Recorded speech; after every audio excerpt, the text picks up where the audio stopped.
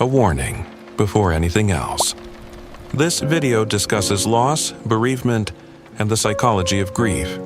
If you are in the middle of a fresh loss right now, in the first weeks, the first months, when everything still feels unreal, this video may or may not be the right thing to watch today. There is no wrong answer. Pause it. Come back if it helps. And if what is happening is too heavy for anything YouTube can offer, that is the correct signal. The right direction, in that case, is a therapist who specializes in grief. Not an algorithm, not a channel, a person. With that said, something worth knowing for anyone carrying loss or loving someone who is.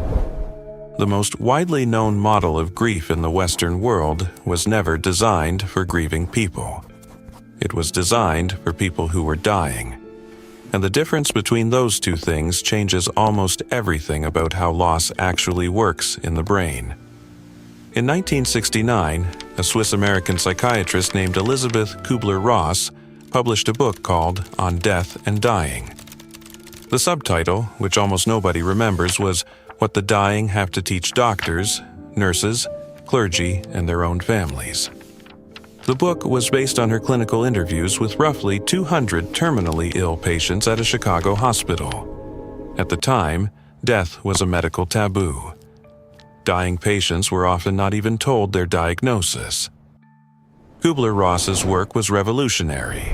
It insisted that people facing death should be spoken with honestly, listened to, and allowed to process what was happening to them. In the course of her interviews, she observed patterns in how terminal patients responded to learning they were going to die: denial, anger, bargaining, depression, acceptance. She called these stages. And she was careful, in her own writing, to describe them as a loose framework, not a ladder, not a prescription, not a required sequence. She warned, repeatedly, that the stages overlapped, that some patients skipped stages entirely, that the process was not linear. None of that survived translation into popular culture. Within a decade of publication, the 5 stages had escaped the context they were built for.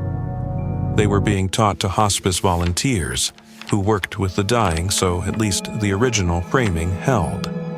But they were also being applied to bereaved family members, to people grieving the death of a spouse, a parent, a child, a friend, to people grieving divorce, to people grieving job loss, to people grieving the end of a pet's life. By the 2000s, the 5 stages had been used to describe the emotional response to missing a flight, to a sports team losing a championship, to receiving a disappointing software update. This was not Kübler-Ross's intention, but it was, increasingly, how the model was being used. There's a specific quality to this misapplication that makes it worse than an academic error. Because once the 5 stages became the default framework for understanding bereavement, they did not simply describe grief inaccurately. They began to prescribe it.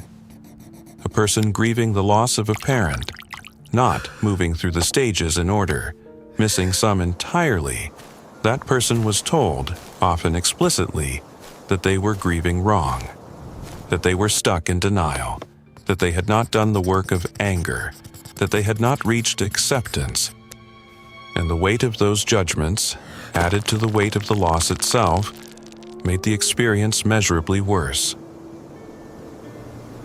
A 2007 study from Yale, led by Paul Masijewski, and published in the Journal of the American Medical Association, followed roughly 230 bereaved people and tested the 5-stage model against the actual emotional trajectories of real mourners.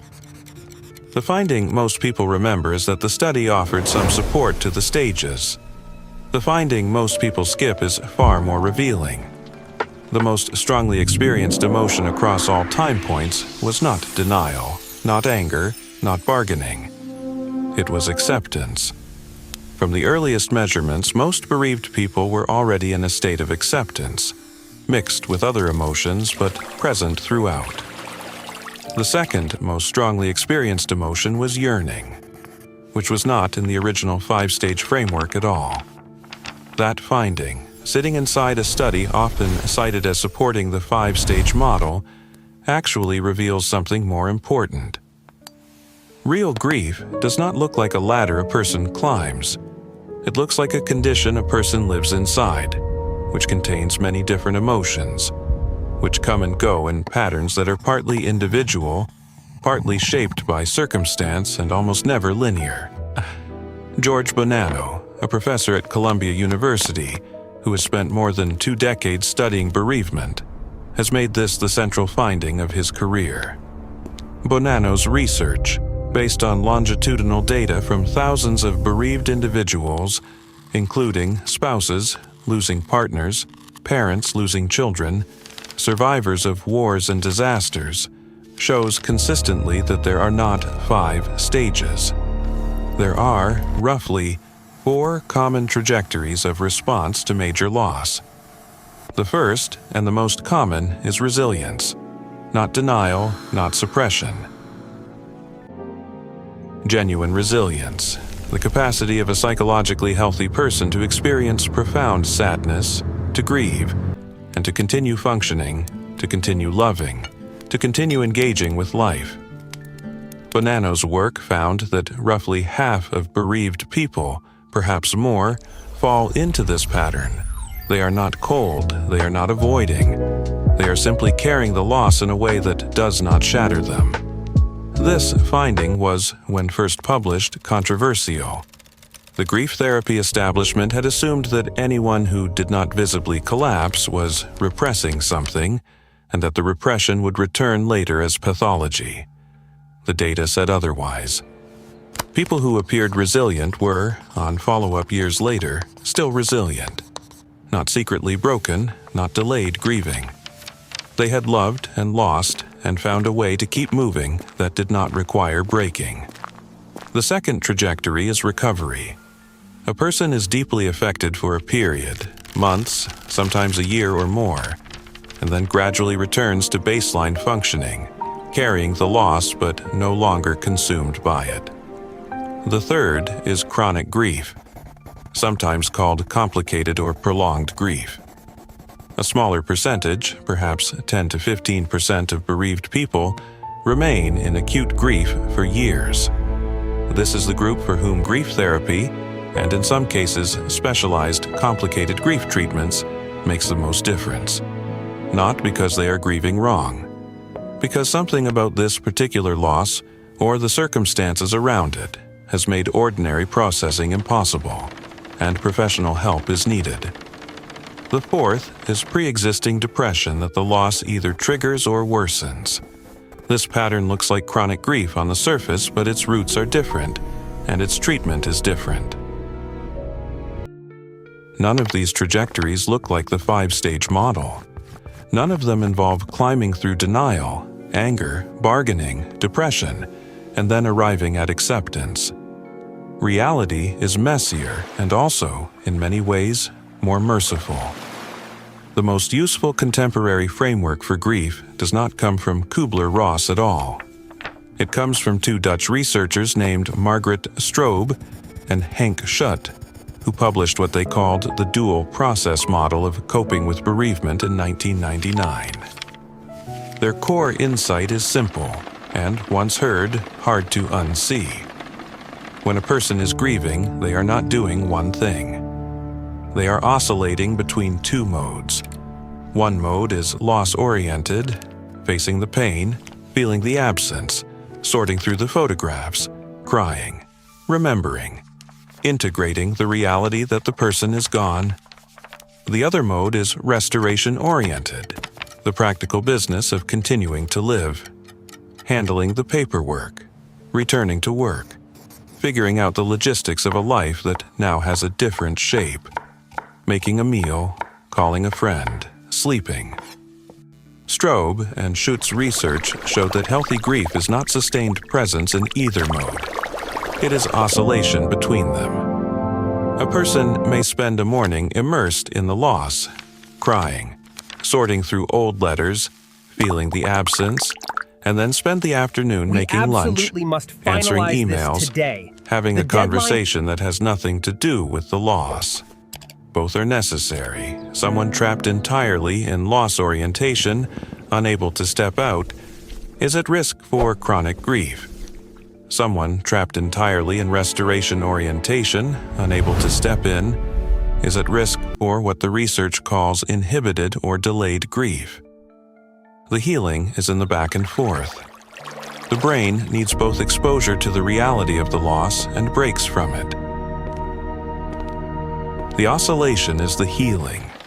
That framing changes what grieving people are told to do. The 5-stage model implies a linear task. Experience each stage and move on. The dual process model implies a different task. Give yourself permission to move between modes. On the days you can only grieve, grieve. On the days you can only function, function. On most days, you will do both, and both are correct. The oscillation is not a sign you are failing. It is the mechanism by which loss is metabolized.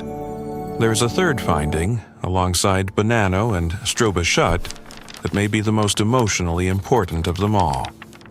In 1996, a group of researchers, Dennis Klass, Phyllis Silverman, and Stephen Nickman, published a book called Continuing Bonds.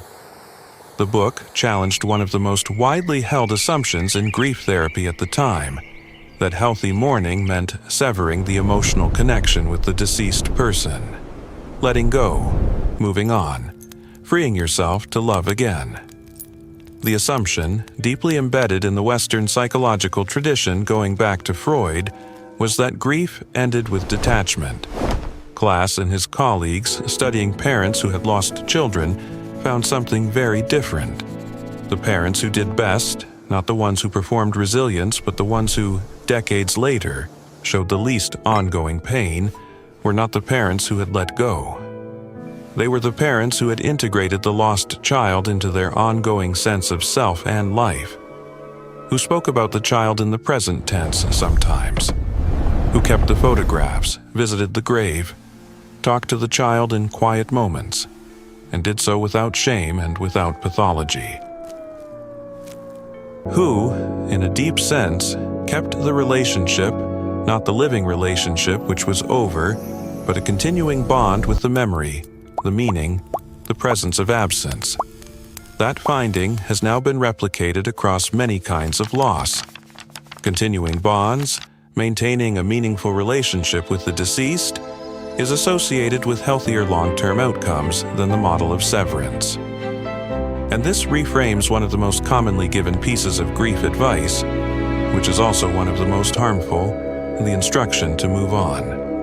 When someone says to a grieving person, "You need to move on," what they are asking for, almost always, is for their own discomfort with the grief to end.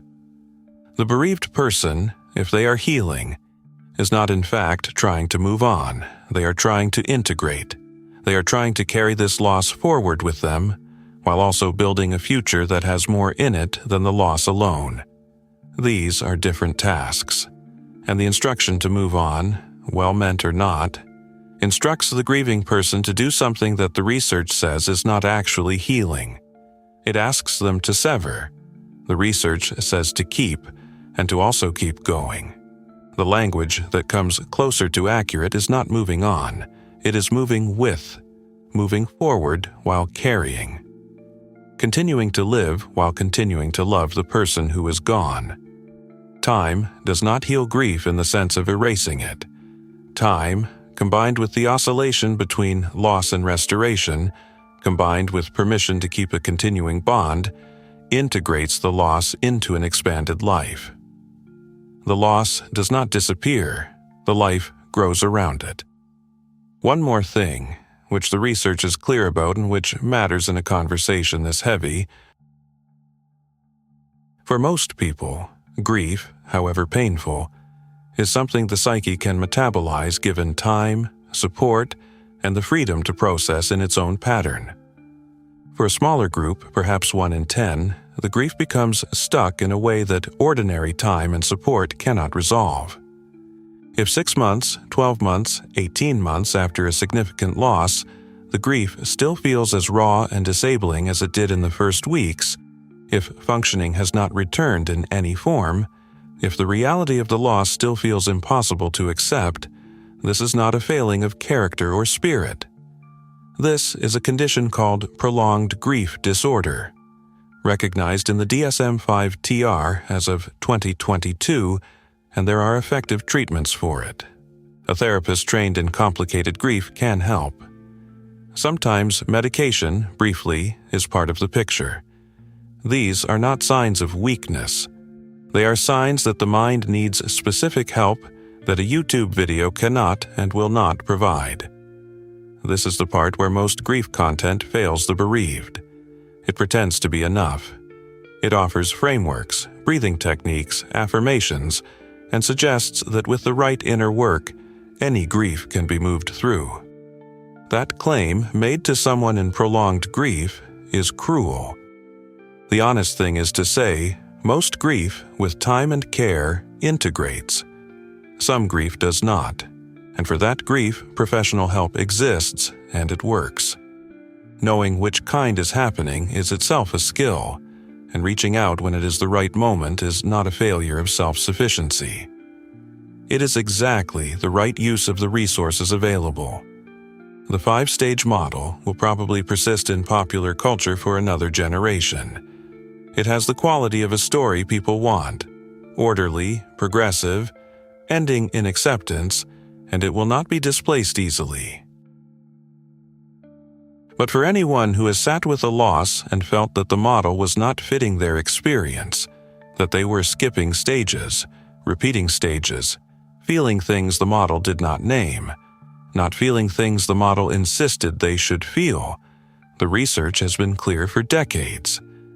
The model did not match your experience because it was never meant to describe your experience. The experience is doing exactly what experience does.